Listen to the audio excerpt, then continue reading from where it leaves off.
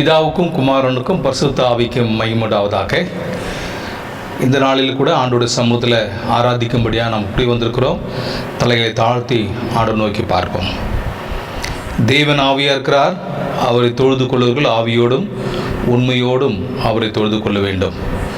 மகா பரிசுத்தமுள்ள ஆண்டவரே, இந்த காலை ஆராதனை உம்முடைய கரத்தில் ஒப்பிடுகிறோம். ஆண்டவரே, காலைதோறும் உம்முடைய கிருபை புதிதாக இருக்கிறபடினாலே கொடான கொடி ஸ்தோத்திரம். நீர் எங்களை நேசிக்கிறீர்கள் என்பதற்கு அடையாளமாக கடந்த மாதம் முழுதும் எங்களோடு கூட இருந்து எங்களை பாதுகாத்ததுக்காக உங்களுக்கு ஸ்தோத்திரம். மீண்டும் ஒரு புதிய மாதம் புதிய வாரத்திற்குள்ளாக வந்திருக்கிறோம். ஆண்டவருடைய பிரசனம் நிறைந்த ஆண்டவரை ஸ்தலத்தில் நோக்கி பார்க்குறோம். ஆண்டவரை, எஜமான் கண்கள் எஜமாட்டின் கண்கள் என்று வாசிக்கிறோமே. ஆண்டவரே, வேலைக்காரன் கண்கள் எஜமானையை நோக்கி இருக்குமா போல எங்கள் கண்கள் உண்மையே நோக்கி இருக்க தகப்பனே. இந்த ஆராதனை எங்களுக்கு ஆசீர்வாதமாக்கி தாரோம். இயேசுவின் செவிக்கு நல்ல பிதாவே, ஆமென். நம்முடைய ஆராதனைக்கு ஆரம்பமாக பாமாலை 302 எந்த ஜீவன் இயேசுவே என்ற பாமாலையை நாம் பாடுவோம்.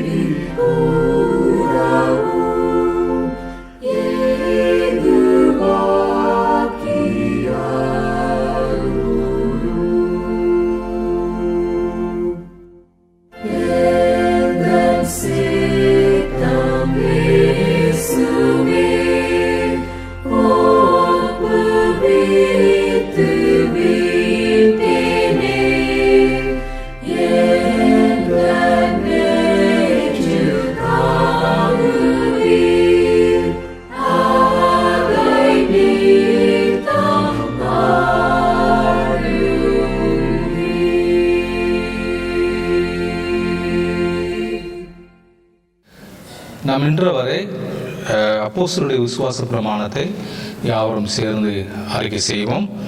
வானத்தையும் பூமியும் படைத்த சர்வவல்லமையுள்ள பிதாவாகிய தேவனை விசுவாசிக்கிறேன். அவருடைய ஒரே குமாரனாகிய நம்முடைய நாதர் இயேசு கிறிஸ்துவை விசுவாசிக்கிறேன். அவர் பரிசுத்த ஆவியினாலே கன்னி மரியாளிடத்தில் உற்பத்தி பிறந்தார். பொந்து பிலாத்தின் காலத்தில் பாடுபட்டு சிலுவையில் அறையுண்டு மரித்து அடக்கம் பண்ணப்பட்டு 3ஆம் நாள் மரித்தோரிடத்திலிருந்து எழுந்தினார். பரலோகத்துக்கு ஏறி சர்வவல்லமையுள்ள பிதாவாகிய கடவுளுடைய வலது பாரசத்திலே வீற்றுகிறார். அவ்விடத்திலிருந்து உயிருள்ளோரையும் மரித்தோரையும் நியாயத்திற்கு வருவார். பரிசுத்த ஆவியானவரை விசுவாசிக்கிறேன். பொதுவாக இருக்கிற பரிசுத்த சபையும் பரிசுத்தவான்களுடைய ஐக்கியமும் பாவ மன்னிப்பும் சரீர உயிர்த்தெழுதலும் நித்திய ஜீவனும் உண்டு என்று விசுவாசிக்கிறேன். ஆமேன். நாம் என்றவாறு மாறி மாறி வாசிக்க வேண்டிய சங்கீதம் 61ஆம் சங்கீதத்தை நாம் முறையாக மாறி மாறி வாசிப்போம். சங்கீதம் 61. தேவனே, என் கூப்பிடுதலை கேட்டு என் விண்ணப்பத்தை கவனியும். என் இருதயம் தொய்யும் போது பூமியின் கடையாந்தரிலிருந்து உனக்கு கூப்பிடுவேன். எனக்கு எட்டாத உயரமான கண்மலையை எனக்கு கொண்டு போய்விடும். நீர் எனக்கு அடைக்கலமும் சத்துருவுக்கு எதிரே பலத்த துருகமாக இருந்தீர். நான் உடைய கூடாரத்தில் சதாக்களும் தங்குவேன். உமது சட்டைகளின் மறைவில் வந்து அடைவேன். தேவனே, நீர் என் பொருத்தனைகளை கேட்டீர். உமது நாமத்துக்கு பயப்படுவர்களின் சுதந்திரத்தை எனக்கு தந்தீர். ராஜாவின் நாட்களை கூட்டுவீர். அவர் வருஷங்கள் தலைமுறையாக இருக்கும். அவர் தேவனுக்கு முன்பாக என்றென்றுக்கு நிலைத்திருப்பார். தயையும் உண்மையும் அவரை காக்க கடலிடும். யாவரும் சேர்ந்து வாசிப்போம். இப்படியே தினமும் என் பொருத்தனைகளை நான் செலுத்தும்படியாக உமது நாமத்தை என்றைக்கும் கீர்த்தனை பண்ணுவேன். பிதாவுக்கும் குமாரனுக்கும் பரிசுத்தாவிக்கும் மகிமையுண்டாவதாக. ஆதியிலும் இப்பொழுதும் எப்பொழுதும் சதா காலங்களிலும் மகிமையுண்டாவதாக. ஆமேன். நாம் இன்று வரை ஒரு சில ஆண்டவரை ஆராதிக்கும்படியாக ஒரு பாடலை பாடுவோம். நமக்கு அனைவரும் தெரிந்த பாடல், சிங்கி கிபியில் சூளை நெருப்போ அவர் என்னை காத்திடுவார் என்ற பாடலை நாம் பாடுவோம்.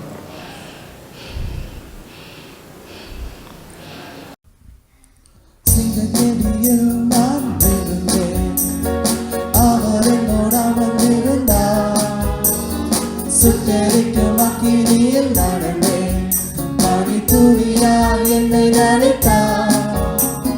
சிங்கக்கேவியோ சூளை நெருப்போ அவர் என்னை காத்திடுவார். சிங்கக்கேவியோ சூளை நெருப்போ அவர் என்னை காத்திடுவார். அவரே என்னை காப்பவர், அவரே என்னை காண்பவர், அவரே என்னை காப்பவர், அவரே என்னை காண்பவர். சிங்கக்கேவியோ சூளை நெருப்போ அவர் என்னை காத்திடுவார். சிங்கக்கேவியோ சூளை நெருப்போ அவர் என்னை காத்திடுவார். எதிரிகள் என்னை சுற்றி வந்தாலும் தூத சேனைகள் கொண்டு என்னை காப்பாரே. எதிரிகள் என்னை சுற்றி வந்தாலும் தூத சேனைகள் கொண்டு என்னை காப்பாரே. ஆவியினால் யுத்தம் வெல்வேனே, சாத்தானை சமுத்திரம் விழுங்குமே. ஆவியினால் யுத்தம் வெல்வேனே, சாத்தானை சமுத்திரம் விழுங்குமே. அவரே என்னை காப்பவர், அவரே என்னை காண்பவர், அவரே என்னை காப்பவர், அவரே என்னை காண்பவர். சிங்கக்கேவியோ சூளை நெருப்போ அவர் என்னை காத்திடுவார்.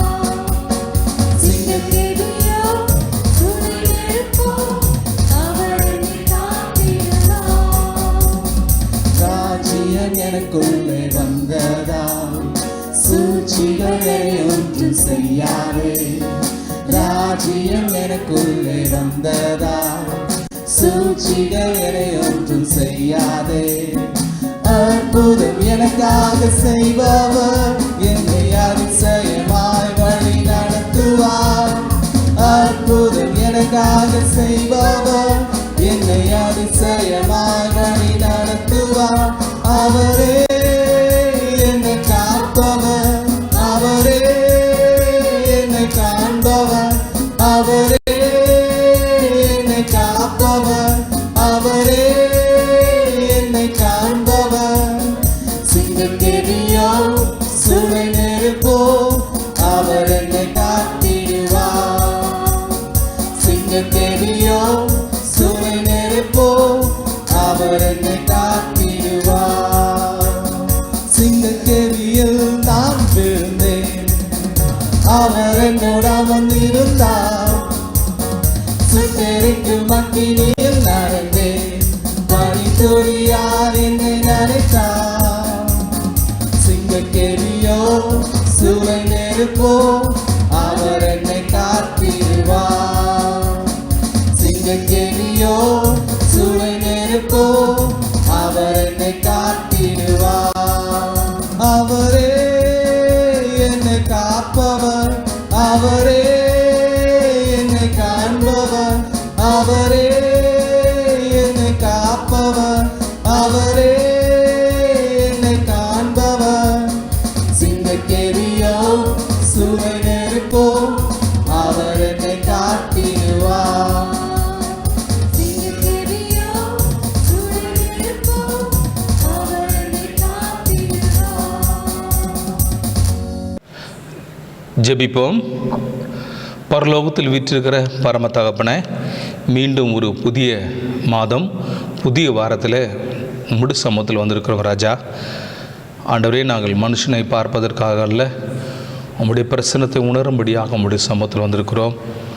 எங்கள் வீட்டை ஜெப வீடாக மாற்றியதற்காக கோடான கொடி ஸ்தோத்திரம்.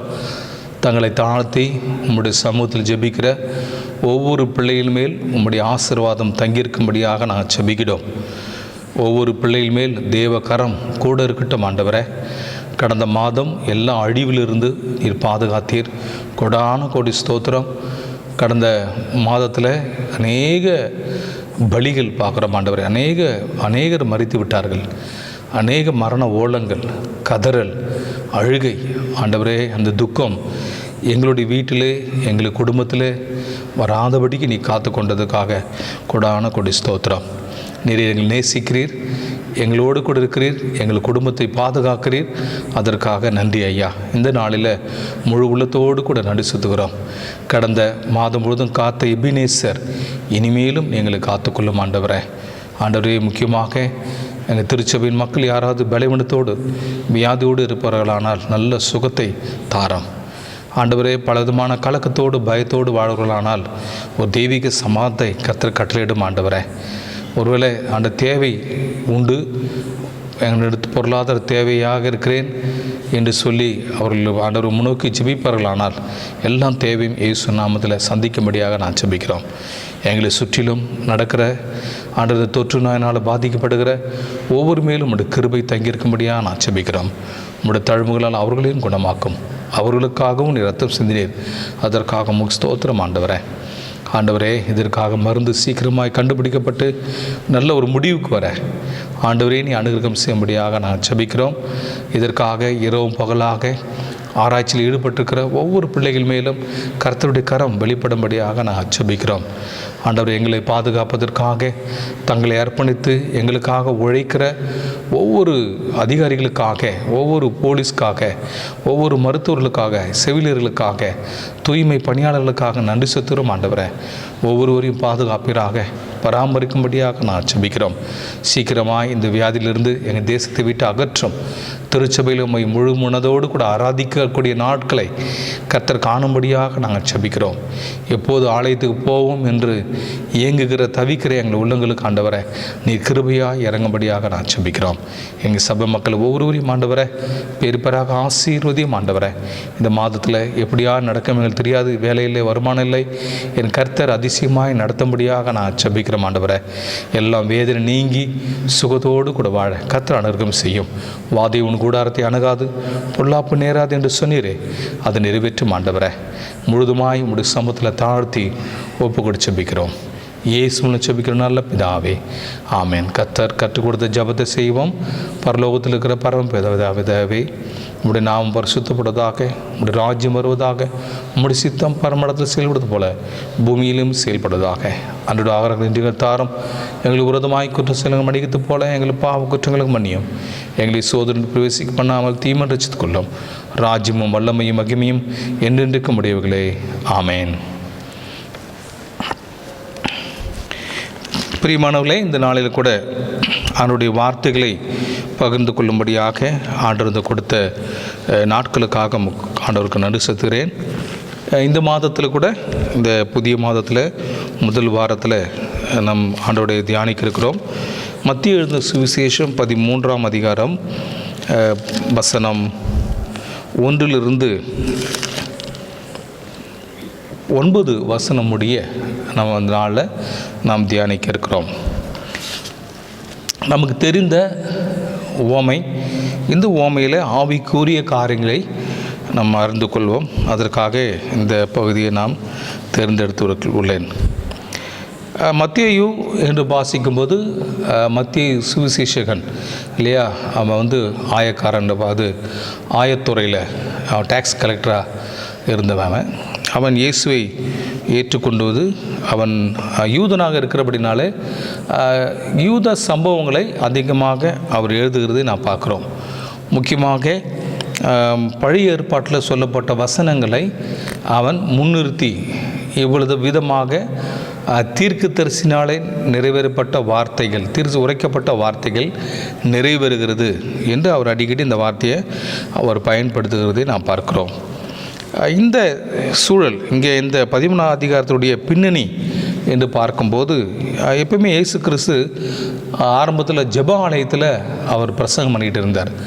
ஆனால் இப்போது அவர் கடற்கரையில் ஓரமாக அவர் பிரசங்கிக்கிறது பார்க்குறோம். ஜெபாலயத்தில் போனோன்னா அங்கே பரிசேயர், சதுசேயர் பலவிதமான கண்ணோட்டத்தோடு கூட குற்றம் கண்டுபிடிக்கிற, வார்த்தை குற்றம் கண்டுபிடிக்கிற அந்த கண்ணோட்டத்தோடு கூட அங்கே மக்கள் இருந்தார்கள். ஆனால் இந்த இயேசு கிறிஸ்து கிராமந்தோறும், வீதிதோறும், சாலைதோறும் அவர் என்ன பண்ணார்? நடந்து சென்று சுவிசேஷத்தை பிரசங்கித்தார். கடற்கரை ஓரம், ஏரிகள் அருகே, குளத்தின் அருகே இப்படி பண்ணிகிட்டு இருக்கும்போது தான் அங்கே இருக்கிற மக்கள் வித்தியாசமான மக்கள். அந்த பிரசங்கத்தை கேட்குற மக்கள் வேறு, ஜெப ஆலயத்தில் பிரசங்கத்தை கேட்குற மக்கள் வித்தியாசமானவர்கள். தெரு வீதியில் அங்கே கேட்குற மக்கள் வித்தியாசம். அவர்கள் திறந்த மனதோடு கூட ஆண்டோடைய வார்த்தையை கேட்பதற்காக வாஞ்சியோடு கூட வர மக்கள், ஒரு மக்கள். ஆனால் அவர்கள் வித்தியாசம் ஜெபாலயத்தில். அப்போது இயேசு கிறிஸ்து எங்கே தேவை இருக்கிறதோ, எங்கே ஊழியம் செய்ய வேண்டுமோ அங்கே அவர் சென்றார். எங்கே தேவை இருக்குது அங்கே போனார். அதனால தான் அவர் வித்தியாசமான ஆண்டவராக இந்த பூமியில் அவர் வாழ்ந்தார் என்று பார்க்குறோம். மனிதர்களை தேடி சென்று விசாரிக்கிற ஆண்டவர், பிரசங்கிக்கிற ஆண்டவர் என்று பார்க்குறோம். இந்த சுவிசேஷத்தில் முக்கியமாக, இந்த சுவிசேஷ வடிவத்தில் முக்கியமான ஒரு அத்தியாயம் எதுனா, இந்த 13ஆம் அதிகாரத்தை சொல்லலாம். உவமைகளை சொல்லலாம். எப்பவுமே இயேசு கிறிஸ்து உவமைகளாக சொல்லுகிறவர். ஈஸியாக இருக்கும், சுலபமாக தன்னுடைய கருத்தை பரிமாறிக்குவார். இப்போ முக்கியமாக அந்த சம்பவம், ஒரு ஏரிக்கரை ஓரமாக பிரசங்கம் பண்ணிகிட்டு இருப்பார். அந்த ஏரிக்கு பக்கத்தில் அங்கே நிறைய விளை நிலங்கள் இருக்கும். அப்போ என்ன பண்ணுவாங்க? விவசாயம் பண்ணிகிட்டு இருப்பாங்க. விவசாயம் பண்ணும்போது விதையை சுமந்து கொண்டு போகும்போது அந்த காட்சி அவர் காட்டுறார். ஒருவன் விதைக்க புறப்பட்டு போனான், எல்லோரும் பார்க்குறாங்க. இன்னும் அந்த நாட்களில் சிலர் என்ன பண்ணுவாங்க? கழுதை மேலே மூட்டையை கட்டிட்டு பின்னாடி ஓட்டை போட்டுருவாங்க. ஓட்டை போட்ட பிறகு அந்த ஓட்டை அப்படியே கூட்டிகிட்டே போவோம், கழுது நடத்திகிட்டே போவாங்க. அது கூட, அந்த ஒரு காட்சி கூட அந்த நாட்களில் நடந்திருக்கலாம். ஆனால் அந்த விஷுவலாக பார்க்குறது ரொம்ப ஆண்டவராங்க பிரசங்கிக்கிறது ஈஸியாக இருக்கிறது பார்க்குறோம். அதான் ஒருத்தர் சொன்னார், இயேசு பற்றி வேறு எது உண்மையாக இருந்தாலும் அவர் சிறுகதையின் உலகில் தலை சிறந்த எஜமானராக ஒருவராக இருந்தார். சிறுகதைகள் சொல்கிறதுல இயேசு கிறிஸ்து போல் வேறு யாரும் இல்லை அப்படின்னு சொல்லி ஒருத்தர் சொல்லியிருக்கிறார். அப்போது இங்கே பார்க்குறோம். இப்போ உதாரணத்துக்கு பாருங்களேன், இப்போ ஓமையை எப்படி விளக்கலாம்? ஒருத்தர் அழகாக இருக்கார் அப்படின்னு சொன்னால், அழகுனா என்ன? நீங்கள் நிறைய வித்தியாசம் சொல்லிகிட்டே இருப்பீங்க. கண், மூக்கு இப்படி இருக்குது, விவரித்து சொல்லுவீங்க. அது ரொம்ப நாள் ஆகும், நிறைய எடுத்துக்கும். ஆனால் அப்போ கூட அந்த ஃபிகர், சரியான அந்த உருவ அமைப்பு பற்றி நம்ம புரிஞ்சிக்க முடியாது. ஆனால் யாரோ ஒரு சுட்டி காட்டி அப்படி போகிறாரு, தபருங்க அழகாக இருக்கார், கை காட்டு போகலாம், பார்க்குறாங்க பாருங்கள். அதுக்கு வார்த்தையே தேவையில்லை, அழகு விளக்கம் தேவையில்லை, ஈஸியாக புரிஞ்சுக்குவாங்க. சரி, அதுதான் இங்கே நாம் பார்க்குறோம். இயேசு கிறிஸ்து இப்படியாக தன்னுடைய வார்த்தைகளை அவர்களுக்கு புரிய வண்ணமாக அவர் கற்றுக் கொடுத்தார் என்று பார்க்குறோம். அது எது மூலமாக கற்றுக் கொடுத்தார்? ஓமைகள் மூலமாக அவர் கற்றுக் கொடுத்தார். இந்த ஓமையில் 3 விதமான உள்ளங்களை குறித்து நான் பார்க்குறோம். 3 விதமான உள்ளம்: அடைக்கப்பட்ட உள்ளம், ஆழமில்லாத உள்ளம், அழுக்கு நிறைந்த உள்ளம், ஆயத்தமாக்கப்பட்ட உள்ளம். அப்போது எப்படிப்பட்ட இருதயம் இருக்கிறது என்று நாம் பார்க்கும்போது, இங்கே வாசிக்கும்போது 13ஆம் அதிகாரத்தில் இயேசு அன்றைய தினமே வீட்டிலிருந்து புறப்பட்டு போய் கடலோரத்திலே உட்கார்ந்தார். கடலோரம், ஒருவேளை கடல் கலிலே கடலாக இருக்கலாம். ஏன்னா ஏரி தான் அது, கடல்னு சொல்ல முடியாது. கடல்னு சொல்கிறாங்க, அவங்க சொல்லுவாங்க. அப்போ கடலோரத்திலே போகினார், ஓமைகள் மூலமாக அவர்களிடத்தில் என்ன பண்ணாராம் சொன்னார் என்று பார்க்க. திரளான ஜனங்கள் அவரிடத்தில் கூடி வந்தபடினாலே, ஜபாலயத்தில் கூட முடியாது, திரளான ஜனங்கள் வந்தாங்க. அவர் படவில் ஏறி உட்கார்ந்தார், ஜனங்கள் எல்லோரும் கரையில் நின்றார்கள். அவர் அநேக விசேஷங்களை ஓமைகளாக அவர்களுக்கு சொன்னார். சங்கீதம் 49:4 வாசிக்கும்போது அங்கே ஆண்டவர் என்ன பண்ணுறோம் சொல்லப்படுது, கர்த்தர் என்னுடைய செவியை ஓமைகளாக அதை என்ன பண்ணாராம் அதை வெளிப்படுத்தினார், மறுபொருளை வெளிப்படுத்தினார் என்று சங்கீதக்காரன் சொல்கிறார். இன்னும் சங்கீதம் 78:2 என் வாய் ஓமைகளால் திறப்பேன், மறைபொருளை வெளிப்படுத்துவேன். அப்போ ஓமைகள் என்னன்னா மறைபொருளை வெளிப்படுத்துகிற ஒரு காரியம், மறைபொருளை வெளிப்படுத்துகிற காரியம். அதுதான் 13ஆம் அதிகாரத்தில் வசனம் 9, கேட்கிறதுக்கு காது உள்ளவன் கேட்க கடவன், ஆவிக்குரிய ஓமைகளை அறிந்து கொள்ளுங்கள் என்று சொல்லுகிறதை பார்க்கிறோம். 10ஆம் வசனத்தில் வாசிக்கிறோம், அப்போது சீஷர்கள் அவரிடத்தில் வந்து, ஏன் அவர்களோடு ஓமைகளாக பேசுகிறீர் என்று கேட்டார்கள். அவர்களுக்கு அவர் பிரதியுத்தரமாக, பரலோக ராஜ்யத்தின் ரகசியங்களை அறியும்படி உங்களுக்கு அருளப்பட்டது, அவர்களுக்கோ அருளப்படவில்லை. அப்போ ஆவியினாலே நாம் அறிந்து கொள்ள முடியும். ஜெபிக்கும்போது ஆவியான நமக்கு வெளிப்படுத்துவார், அவர்கள் வெளிப்படுத்த முடியாது. ஏன்னா அவர்கள் இப்போ தான் ஆண்டோட வார்த்தை கேட்டு வராங்க. அப்போ அவர்களுக்கு எப்படி சொல்ல முடியும்? ஓமைகளாக சொல்லுகிறதை நாம் பார்க்கிறோம். சரி, அப்போது இங்கே எப்படிப்பட்ட இருதயம் நுருளாக இருக்க வேண்டும் என்று பார்க்கும்போது அதே வசனத்தில் வாசிக்கும்போது 19ஆம் வசனத்தில் 13:19 ஒருவன் ராஜ்யத்தின் வசத்தை கேட்டும் உணராது இருக்கும்போது பொல்லாங்கன் வந்து அவன் இருதயத்தில் விதைக்கப்பட்டதை அப்படி போட்டுக்குது. அப்போ இருதயத்தில் விதைக்கப்படுகிற வார்த்தைகள், இருதயத்தில் தலைப்பு கொடுத்துக்கலாமே, இருதயத்தில் விதைக்கப்பட்ட வார்த்தைகள். எப்படிப்பட்ட வார்த்தைகள்? சில இருதயம் எப்படிப்பட்ட இருதயம்? அடைக்கப்பட்ட உள்ளம், ரொம்ப ஹார்ட்னஸாக இருப்பாங்க இல்லையா? ஹார்ட்னஸ் ஆஃப் காட், ஹார்ட்னு சொல்லலாம் இல்லையா? அப்போது இருதயம் வந்து எப்படிப்பட்ட இருதயம்? கடினமான இருதயமாக இருக்கிறதை நாம் பார்க்கிறோம். கடினமான இருதயம்.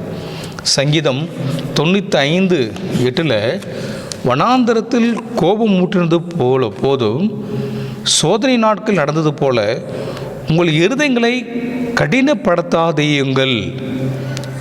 இருதயத்தை கடினப்படுத்தினாங்கன்னா, இருதயத்தை கடினப்படுத்தும் போது என்ன நடக்கும்?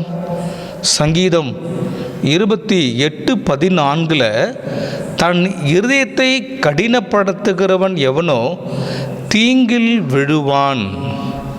28:14 சங்கீதத்தில் தீங்கில் இருதயத்தை கடினப்படுத்துகிறவன் ஏனோ தீங்கில் விழுவான் என்று பார்க்குறோம். இன்னுமாக எபிரேயர் 3:13 வாசிக்கும்போது உங்களில் ஒருவனாயாகிலும் பாவத்தின் வஞ்சனையினால் அடிபட்டு போகாதபடிக்கு புத்தி சொல்லு. கடினப்பட்டு போகாதபடிக்கு புத்தி சொல்லு. அப்போ இந்த பாவம் இருதயம் கடினமான இருதயம். அப்போ முதல் விதை எது சொல்லுகிறது? வழியருக்கு கடினமான அடிக்கப்படுகிற இருதயம். அப்போ அங்கே பாறை இல்லை, விதைக்கிற இடத்துல அந்த அவர் வாழ்ந்த தேசத்தில் கடினமான பாறை, அது மேலே வந்து நினைக்காதீங்க, சுண்ணாம்பு பாறை. அது நல்ல விதை போகிற மாதிரி இருக்கும், ஆனால் என்ன செய்யாது? வளராது. அப்போ அடைக்கப்பட்ட ஒரு உள்ளமாக, கடினமான உள்ளமாக காணப்படுகிற அப்படிப்பட்ட மக்களை ஆண்டவர் என்ன செய்கிறார்? மாற சொல்லுகிறார். உங்கள் இறுதியும் கடினப்பட்டு போகாதிருங்கள், அடைக்கப்பட்டு போகாதுங்கள். என் வார்த்தைகள் நான் உங்களுக்கு போதிக்கிறேன், ஆண்டோட வார்த்தை கேட்குறீங்க. உங்கள் இறுதியும் கடினப்பட்டு போக வேண்டாம், அடைக்கப்பட்ட உள்ளமாக இருக்க வேண்டாம் இல்லையா? இந்த நாட்களில் அப்படிப்பட்ட உள்ளங்கள் நிறைய இருக்குது, நம்ம ஆராய்ந்து பார்ப்போம். ரெண்டாவதாக பார்க்கும்போது ஆழமில்லாத உள்ளம். ஆழமில்லை. அப்போது எப்படிப்பட்ட ஆழமில்லை? ஆழமில்லாத இடம் என்று பார்க்குறோம். இருதயத்தில் என்ன இல்லை, ஆண்டோடைய வார்த்தைகளை தியானம் என்ற வார்த்தைக்கு நல்லா அழகாக சொல்லுவாங்க. தியானம் என்பது என்னன்னா அசை போடுகிற ஒரு காரியம். அசை போடுவது எப்படி அசை போடுவது? இப்போ நீ பார்க்கும்போது ஆடு மாடுகள்லாம் பார்க்கும்போது நல்லா புல்லை மேய்ஞ்சிட்டு என்ன பண்ணோம், கொஞ்ச நேரம் அமைதியாக ஒரு இடத்துல உட்காந்து என்ன பண்ணோம், அசை போட்டுகிட்டே இருக்கும். அதாவது சாப்பிட்டதை மறுபடியுமாக என்ன பண்ணோம், அசை போடுகிறது. அப்போ ஆண்டோடைய வார்த்தைகளை கேட்கிற நாம் அதை அப்படி விட்டுறக்கூடாது, அசை போட வேண்டும், சிந்தித்து அது தியானமாக இருக்க வேண்டும், தியானத்தோடு கூட இருக்க வேண்டும் இல்லையா? சில பேர் கேட்பாங்க, வசந்தை சும்மா கேட்டுட்டு அப்படி போயிடுவாங்க, அவ்வளோதான், நல்லா இருக்குது அப்படின்னு போவாங்க. அது உள்ளத்தில் போய் ஆழத்தில் வேர் கொள்ளாததினாலே வேர் இல்லை என்று பார்க்குறோம். வேர் இல்லாததுனாலே, ஆழம் இல்லாததுனாலே உலர்ந்து போயிற்று, அவ்வளோதான், பிரயோஜனம் இல்லை. அப்போ வசனமாகிய ஆண்டோடைய வார்த்தையை கேட்குறோம். சில பேர் நல்லா சர்ச்சையில் பார்க்கும்போது அப்படி கண்ணில் இப்படி பாசிட்டிவே பார்த்துட்ருவாங்க, உருட்டி பார்த்துட்ருவாங்க. எனக்கு ஆச்சரியமாக இருக்கும், பரவாயில்ல இந்த ஆத்மா நல்லா நம்மளே பார்த்துட்டு இருக்குதே, நல்லா ஆர்வமாக கேட்குறாங்க. இல்லவே இல்லை, அப்படி இல்லவே இல்லை. ஆனால் இறுதியுமும் எங்கேயோ இருக்கும். இன்னும் சிலர் ஆலயத்தில் செல்ஃபோனை வச்சுட்டு அவங்க பாடு கேம்ஸ் விளையாடுவாங்க, ஏதாவது பார்த்துட்டே இருப்பாங்க. இன்னும் சிலர் என்ன பண்ணுவாங்க, பேனை எடுத்து படம் வரைஞ்சிட்டே இருப்பாங்க ஏதாவது. இன்னும் சிலர் ஏதாவது யோசிச்சிட்டே இருப்பாங்க, எனக்கு மதியத்துக்கு போய் சாப்பாடு என்ன செய்யலாம், என்ன குழம்பு வைக்கலாம்.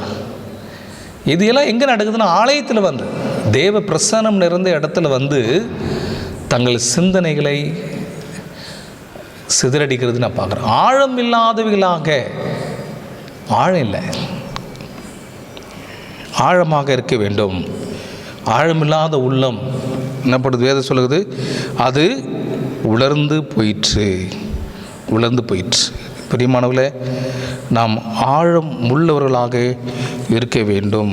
ஒரு வசந்த வாசிப்புமே, 2 கொரிந்தியர் 6:14, 2 கொரிந்தியர் 6:14 வசனத்தில் வாசிப்பவர். 2 கொரிந்தியர் 6:14 வரைக்கும். தேவன் கர்த்தர் எழுப்பினாரே, நம்மையும் தமது வல்லமையினால் எழுப்புவார். உங்கள் சரீரங்கள் கிறிஸ்துவின் அவைகள் என்று அறிவீர்களா சொல்றார். அப்போ உங்கள் அவயம் கிறிஸ்துவின் அவயம், இது வேசியின் அவயங்களாக இல்லை. அப்போ வேசியோடு இசைந்திருக்கிறவன் அவனோடுடனே ஒரே சரீரமாக இருக்குன்னு அறியீர்களா, இருவரும் ஒரே மாம்சமாக இருப்பார்கள் சொல்லி, அப்படியே கர்த்தரோடு இசைந்திருக்கிறவனும் அவருடனே ஒரே ஆவியாக இருக்கிறான். அதுதான் பார்க்குறோம். அப்போ கர்த்தரோடு இசைந்திருக்கிற அந்த அனுபவம் நமக்கு தேவை, அதுதான் பார்க்குறோம். அப்போ நம்முடைய இருதயம் எப்படிப்பட்ட இருதயமாக இருக்க வேண்டும், கர்த்தரோடு இசைந்திருக்கிற, இல்லையா, இசைந்திருக்கிற அனுபவம். ஆழமில்லாத அனுபவம் நமக்கு தேவையில்லை, இல்லையா?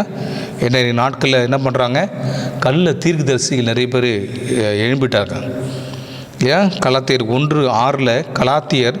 1:6 சொல்லப்படுது, உங்களை கிறிஸ்துவின் கிருபையினாலே புரட்ட மனதாக இருந்தார்கள், அழைத்தவரை நீங்கள் எவ்வளவு சீக்கிரமாய் விட்டுவிட்டு வேறொரு சுவிசேஷத்துக்கு திரும்புகிறதை பற்றி நான் ஆச்சரியப்படுகிறேன். ரொம்ப ஆச்சரியமாக இருக்குது. நீங்கள் வேறு ஒரு சுவிசேஷம் ஏற்கனவே நம்ம சொல்லியிருக்கிறார், ஒரு திருச்சபையில் சிரிச்சிட்டே இருக்கிறது, சிரிப்பு. பைபிள் எங்கன்னா போட்டுது அப்படி சிரிக்கிற ஒரு காரியம், வேத்து புரட்டுகிற காரியம், பயப்பட மாட்டேன்றாங்க. அப்போது நம் வேதத்தை புரட்ட மனதாக, இது எப்படி புரட்டுறாங்க, உங்களுக்கு கிறிஸ்துவின் கிருபையினால் புரட்ட மனதாக இருந்தார்கள், அழைத்தவர் இவ்வளோ சீக்கிரமாய் விட்டு விட்டீர்கள். சிலர் உங்களை கலகப்படுத்துவார்கள், உங்களை வழி தவறி போக செய்வார். ஜாக்கிரதையாக இருக்கணும். இவர்களாம் ஆழமில்லாத உள்ளம். மூன்றாவதாக பார்க்கும்போது அழுக்கு நிறைந்த உள்ளம். வேதத்தில் வாசிக்கிறோம், உங்கள் இருதயமே கிறுக்குள்ளதும் கேடு உள்ளதுமாக இருக்கிறது. அப்போது இருதயம் என்பது அழுக்கு. ஏசாயா அழகாக சொல்கிறார். என்ன சொல்கிறார் அங்கே சொல்லும்போது, அழுக்கான கந்தை என்று சொல்கிறார்.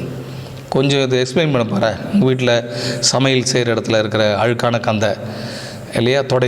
துடைக்கிறது கந்தை துணிகள் பாருங்களேன், அழுக்காக யூஸ் பண்ணுறது. சிலதெல்லாம் மாற்றிக்கிட்டே இருப்பீங்க சில வீட்டில் அதே தான் இருக்கும். 10 மாதம் ஆனால் அந்த அழுக்கு அதுபடியே வச்சுருப்போம், அதை வச்சே தான் பண்ணிகிட்டு இருப்பாங்க. அழுக்கான கந்தை. அப்போ எல்லா அழுக்கு சேர்ந்ததால் எல்லா அழுக்கும் ஒன்றாக இருக்கும். அது கிருமிகள் வாழக்கூடிய இடம். இன்றைக்கி செல்ஃபோனில் இருக்குது நிறைய ஆயிரக்கணக்கான கிருமிகள்.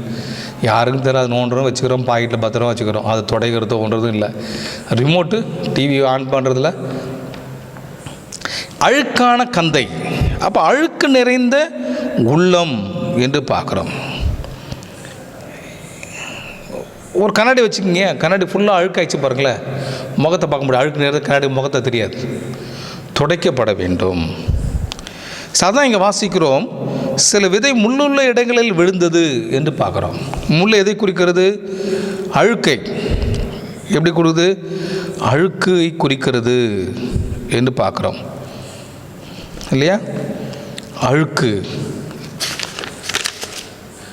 அழுக்கு நிறைந்த உள்ளம். மத்திய 27:29 முள்ளுள்ள ஒரு முடியை பின்னி அவர் சிரசின் மேல் வைத்தார்கள். ஆண்டு சிரசு மேலே வச்சாங்க, முள்ளுள்ள இடத்துல, முள்ளுள்ள ஒரு இது அவர் அடிப்பதற்காக. வலது கையில் ஒரு கோலை கொடுத்து யூதருடைய ராஜாவை வாழ்க என்று பரியாசம் பண்ணினார்கள் என்று வாசிக்கிறோம். மத்திய 27:29 என்னுடைய அழுக்கை, உங்களுடைய அழுக்கை அவர் ஏற்றுக்கொண்டார். அவர் சுத்திகரிச்சிட்டார். அதை நாம் என்ன பண்ணுறோம்? அழுக்காக்கி கொண்டிருக்கிறோம். காலையில் எழுந்தவனையும் ஆண்டவரே என்னை பரிசுத்தப்படுத்துங்க. ஒரு கிராமத்து பொண்ணு, ஏற்கனவே சொன்ன ஞாபகம், ஒரு கிராமத்து பொண்ணு காலையில் இருந்துன்னா ஜெபம் பண்ணுவானா வாலிப்பில்லை, ஆண்டவரே இந்த நாளை நான் வேலைக்கு போகிறேன், என்னை யாரும் பார்க்கும்போது எச்சியோடு பார்க்கக்கூடாது, என்னை பார்க்குறவங்க சகோதரியாக தான் பார்க்கணும். எவ்வளோ பெரிய ப்ரேயர் நான் இது வரைக்கும் எங்கேயும் கேட்டுறாத ஒரு ப்ரேயர். அப்போ ஆண்டவரே என்னை நான் இந்த நாளில் நான் பரிசுத்தமாக என் சரீரத்தை வைத்து கொள்ள வேண்டும், பரிசுத்தமாக நான் வாழ வேண்டும். கொடிய காலம் இல்லையா? இந்த நாட்களில் பயங்கரமான காலங்கள் வாழ்ந்துட்டுருக்கோம். இன்றைக்கி கடைசி காலம்னு சொல்லி நிறைய பிரசங்கம், எல்லா ஆலயத்தை மூடிட்டாங்க, எல்லாம் ஊழியர்களும் போதகர்களும் தலைவர்களும் செஞ்ச பாவம் அப்படின்னு நிறைய பிரசங்கெல்லாம் பண்ணிகிட்டு இருக்காங்க. அது நம்ம ஊரில் அதனால தான் நம்ம ஊரில் சர்ச்சை மூடிட்டாங்க. நம்ம ஊரில் மட்டும் இல்லை, உலகெங்கும் மூடப்பட்டிருக்கிறது. அப்போ மூடிட்டாங்கன்னா ஆண்டவர் செயல்படாமல் இருக்கிறான்னு அர்த்தமா? இல்லை, செயல்பட்டு கொண்டிருக்கிறார். ஆண்டவர் மூடிட்டாங்கன்னா மூடி வச்சுட்டு இல்லை, எங்கே மூடப்படுது அங்கே செயல் இருக்குது. எங்கே ஒடுக்கப்பட்டாங்க அடுத்த நோடி ஆண்டோட செயல் இறங்குதாங்க, செயல்பட்டு கொண்டே இருக்கிறார். எப்படி செயல்பட்டு கொண்டு இருக்கிறார் இல்லையா? ஒரு போஸ்ட் ஆஃபீஸில் லெட்டர் போட்டிங்க, அவ்வளோதான் முடிஞ்சுங்க வேலை. உங்களுக்கு என்ன தெரியும்? போஸ்ட் ஆஃபீஸில் லெட்டர் போட்டோம், அவ்வளோதான் தெரியும். ஆனால் அதுக்கு பிற்பாடு அதை எடுக்கிறது, கொண்டு போய் அதை பிரிக்கிறது, அது மேலே இது முத்திரை குத்துறது, அது வேறு இடத்துக்கு டிரான்ஸ்போர்ட் பண்ணி வேறு இடத்துல போகிறது, அங்கே போய் பிரிக்கப்பட்டு அது போய் சேர்கிற இடம், இதெல்லாம் உங்களுக்கு ஒன்றும் தெரியாது. ஆனால் நடக்குதா இல்லையா? உங்கள் காரியம் எழுதி போடுற வேலை தான் உங்கள் வேலை. ஆனால் செயல்பட்டு கொண்டு இருக்கிறது. உங்களுடைய காலம் என்னென்னா செபிக்கிற காலம். ஆண்டவரே எங்களுடைய அழுக்கு நீக்கம், எங்களுடைய தேசத்தின் அழுக்கு நீக்கம், எங்கள் குடும்பத்தின் அழுக்கு நீக்கம். ஏன் அழுக்கு? உலக கவலைகள், பொருளாசை, விபச்சாரங்கள், வேசித்தனங்கள், உலகத்தை பற்றி கொள்கிற காரியங்கள், உலகத்தின் மேல் ஆசை வைத்து விழுந்து போகிற காரியங்கள். முதல்ல அந்த அழுக்கு நீக்கு, அந்த அழுக்கு நீக்கு, என்கிட்ட தேடி வா. அந்த அழுக்கு எந்த அழுக்கு நீக்கணுமோ அதை நீக்கிட்டு வா. என்ன போடுது? ஜெபிக்கப்படுது. 4 வாசிக்கிறோம், எப்படி தாழ்த்த வேண்டும்? உங்களுக்கு பொல்லாத வழிகளை விட்டு மனம் திரும்பினால் நான் மனம் திரும்புவேன் இல்லையா? நெகேமியா காலத்தில் எல்லாம் மனம் திரும்பினார்கள். யோனா தீர்க்கதரிசி காலத்தில் எல்லாம் மனம் திரும்பினார்கள். அரசனும் அங்கே வாழ்கிற குடிகளும் மிருகங்களும் எல்லாம் மனம் திரும்பிச்சேன். நான் மனம் திரும்ப வேண்டும் என்று தேவன் நம்மிடத்தில் எதிர்பார்க்கிறார். 4வதாக கடைசியாக பார்க்கப்படுது ஆயத்தமாக்கப்பட்ட உள்ளம். ஆயத்தமாக்கப்பட்ட உள்ளம் எப்படிப்பட்ட ஹார்ட்? அது நல்லா ஆயத்தமாக இருக்கிறது. இந்த உள்ளம் ஆயத்தமாக இருக்கிறது. அப்போ ஆயத்தத்தோடு இருக்கிற அந்த உள்ளத்தில் எதை குறிக்குது? இதுனா ஆவிக்குரிய கனிகளை குறிக்கும். அது கலாத்தியர் 5:22 வாசிக்கிறோம் இல்லையா? ஆவிக்குரிய கனிகள் எப்படிப்பட்டது இல்லையா? கனினால் அறிவீர்கள். இதுதான் ரொம்ப ஞானமாக இருக்கணும். ஒரு நாளும் வேதம் சொல்லலை வரங்களினாலே கள்ளத்திற்கசிலே அறிந்து கொள்ளலாம்னு சொல்லலை. வரம் ஒரு கிஃப்ட், எல்லோரும் கொடுக்கு, எல்லோரும் கிஃப்ட்டு எல்லோரும் பெற்றுக்கொள்ளலாம், தப்பு இல்லை. வரங்கள் வித்தியாசம் உண்டு. கனியினாலே தான் அறிவீர்கள். கனி தான் முக்கியம். அப்போ மனுஷனுடைய வாழ்க்கை கனியினாலே அறிவீர்கள். அப்போ ஆவிக்குரிய கனி நம்முடைய வாழ்க்கையில் காணப்பட வேண்டும். அப்போது ஆவிக்குரிய கனி எங்கே எப்போ காணப்படும்? ஆயத்தமாக்கப்பட்ட உள்ளம். அப்படின்னு என்ன அர்த்தம்? எப்போ வந்தாலும் இயேசு கிறிஸ்து எங்கள் வீட்டுக்கு வருவாருங்க. அப்போ உங்கள் வீடு எப்படி இருக்கணும்? உபசரிக்கிறது இல்லையா? அநேக வீடுகளில் இயேசு கிறிஸ்து போகிறார்ல, போய் தங்குகிறார் என்று பார்க்குறோம் இல்லையா? அப்போது கற்றுக்கொள்ளுகிற தயாராக இருக்கணும், ரெடியாக இருக்கணும். உங்கள் இதயம் கற்றுக்கொள்ளுகிற அந்த வாஞ்சை, பெருமையை எடுத்து போடணும் இல்லையா? தெரியும் சொன்ன வார்த்தை பிஸின்ற வார்த்தையெல்லாம் மூடிடுங்க. எப்பவுமே கற்றுக்கொள்ளுகிற, ஆண்டவரை ஆராதிக்கிற, அவர் வரவேற்கிற, துதிக்கிற அந்த இருதயம் எப்பவுமே ஆயத்தமாக்கப்பட்ட இருதயம். இயேசு சீஷர் சொல்கிறார்ல, நீங்கள் போய் என்ன பண்ணுங்க, அங்கே ஒரு கழுதை கூட்டியை கட்டியிருக்க காண்பீர்கள். ஆயத்தமாக இருக்க பாருங்கள். நீங்கள் போய் மேல் விட்டு என்ன பண்ணுங்க, ஆயத்தப்படுத்துங்க. போனாங்க, சரியாக செஞ்சாங்க எல்லாமே. அப்போ ஆவியானவருடைய வழிநடத்துதல். அப்போ ஆவியானவர் நமக்குள்ளே இருக்கிறபடினாலே நம்ம என்ன செய்கிறார்? ஆண்டவர் ஆயத்தமாக்கப்பட்ட உள்ளம் தேவை, இருதயம் தேவை. உங்களுக்கு இருதயம் ஆயத்தமாக்கப்பட்ட இருதயமாக இருக்கிறதா ஆராய்ந்து பாருங்கள். இந்த உவமைகள் மூலமாக ஆவிக்குரிய பாடம் இல்லையா? கற்றுக்கொள்கிற பாடம். கேட்க இருக்கிறதுக்கு காது உள்ளவன் கேட்க கடவன். ஆவிக்குரிய உவமைகளை அறிந்து கொள்ளுவேன். ஏனென்றால் ஆண்டவர் பல ரகசியங்களை வைத்திருக்கிறார். நம்முடைய இருதயம் எப்படிப்பட்ட இருதயமாக இருக்கிறது? அடைக்கப்பட்ட உள்ளமாக இருக்குதா? ஆழமில்லாத உள்ளமாக இருக்குதா? அழுக்கு நிறைந்த உள்ளமாக இருக்குதா? ஆயத்தமாக்கப்பட்ட உள்ளமாக இருக்குதா? எது நீங்கள் இருக்கீங்க? எந்த இடத்துல இருக்கிறீங்க? சரிப்படுத்திக்கலாம். காலம் நம்ம கையில் இருக்குது, கொடுத்துருக்குற காலம். ஆண்டோட சமூகத்தில் நம்மளை அர்ப்பணித்து, ஆண்டவரே இந்த மாதத்தை கடந்த மாதம் 1.5 மாதத்தில் யோசித்து பாருங்கள், உலகெங்கும் மரணம் ஓலம் கதறுகிற காட்சி எல்லாம் டிவியில் பார்த்துருக்கீங்களே. ஆனால் உங்களையும் என்னையும் ஆண்டவர் எவ்வளோ பத்திரமா வச்சுருந்தார், எவ்வளோ சுகபத்திரமா வச்சுருந்தார், எவ்வளோ சுகபத்திரம் வச்சுருக்கார். எது தெரியுமா? உன்னை நேசிக்கிறதுனால தான். அவருக்கு அர்ப்பணித்து அவர் இடத்துல நம்ம சேருவோம். ஆண்டவரில் நம்மை தாழ்த்துவோம். ஆண்டவர் சமூகத்தில் ஜெபிப்போம். ஆண்டவரே, உங்களுடைய வார்த்தை கேட்கிற மாத்திரமல்ல, அதன்படி செய்கிறவளாயும் எங்களை மாற்றும். எங்களை முழுதுமாயும் பாத்தில் அர்ப்பணிக்கிற ஆண்டவரே, ஆசீர்வதியும். இயேசு மூலம் ஜெபிக்கிற நல்ல பிதாவே, ஆமென். நம்மையும் நம்முடைய காணிக்கைன்னா உன்னை உண்டியில் வச்சுருப்பீங்க. அந்த உண்டியல் காணிக்கையை உங்களுக்கு படைங்க. ஆண்டு உங்கள் தசம பாகங்களை காணிக்கைகள் அதில் படைச்சிருங்க. படைச்சிட்டு நீங்கள் வரும் நாட்களில் உள்ள பாஸ்டர் உங்களுக்கு இடத்துல நான் சொல்லுவேன். நான் அப்போ என்னிடத்துல கொடுத்தீங்கன்னா நான் கொண்டு வந்துடுவேன். அதனால் நீங்கள் அதை செய்யுங்க. கடவுள் உங்களை அபரிதமாக ஆசீர்வதிப்பாராக. 5வது ஒரு பாடலை பாடவும். சர்வலோகாதிப நமஸ்காரம், சர்வ சிருஷ்டிகனே நமஸ்காரம் என்ற பாடலை நாம் பாடுவோம்.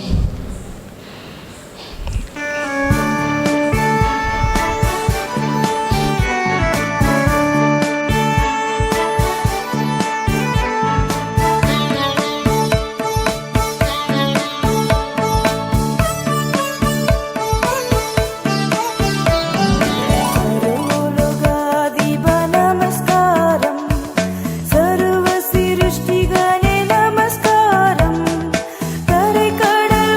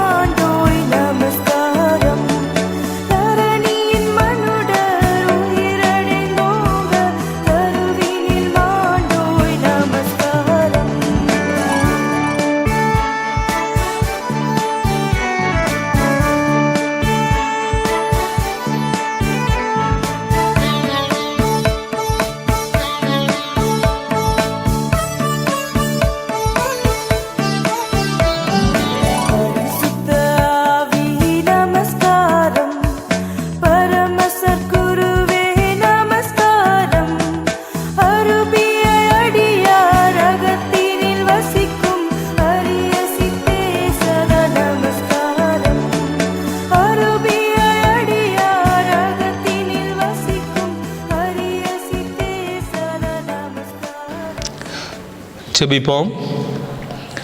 பரலோகத்தில் வீற்றுகிற பரம தகப்பனே, இந்த புதிய மாதத்தில் காலை வேளையில் உம்மை ஆராதிக்கும்படியாக, போற்றும்படியாக, உம்முடைய வார்த்தைகளை கேட்கும்படியாக எங்களுக்கு கொடுத்த இந்த வாய்ப்புக்காக கொடான கொடி ஸ்தோத்திரம். பரிசுத்தமுள்ள கடவுளே, ஒவ்வொரு வீட்டிலும் குடும்பமாக என்னோடு கூட ஆராதிக்கிற என் தேவ பிள்ளைகளை கர்த்தர் கடப்படுத்துவீராக. ஆண்டவரை, நீர் பார்த்து கொண்டிருக்கிறீர். நான் அங்கே செல்ல முடியாது, ஆனால் நீர் அங்கே ஒவ்வொரு வீட்டிலும் பிரசன்னமாக இருக்கிறீர். ஒவ்வொரு பிள்ளை மேலும் உம்முடைய கருத்தை நீட்டிவராக. பிதா, குமாரன், பரிசுத்த ஆவியின் நாமத்தினாலே ஆசீர்வதிப்பீராக, முத்திரையிடுவராக, பாதுகாப்பீராக. ஆண்டவர், பொல்லாத சத்துரு என் பிள்ளைகளை தொடாதபடிக்கு இடைகொட்டி கொள்ளும்படியாக நான் ஜெபிக்கிறோம். இந்த வேளையிலே அருமையான என் பிள்ளைகளோடு கூட இந்த மாதம் முழுதும் இரும் ராஜா. என்ன செய்வனோ என்ற திகில், பயம் இருக்குமானால் கர்த்தர் எடுத்து போடும். ஆண்டவரே, நான் உன்னை பேர் சொல்லி அழைத்தேன், நீ என்னுடையவன், எனக்கே சொந்தம், நான் உன்னை நடத்துவேன். ஆண்டவரே, வானது ஆகாயத்தை பறவைகளை, பட்சிகளை கவனித்து பாருங்கள். ஆண்டவரே, அவைகளெல்லாம் நான் போஷிக்கிறேன். அவைகளை பார்க்கலும் விசேஷித்தவர்களாகிய உங்களுக்கு நான் போஷிக்காமல் இருப்பேனா?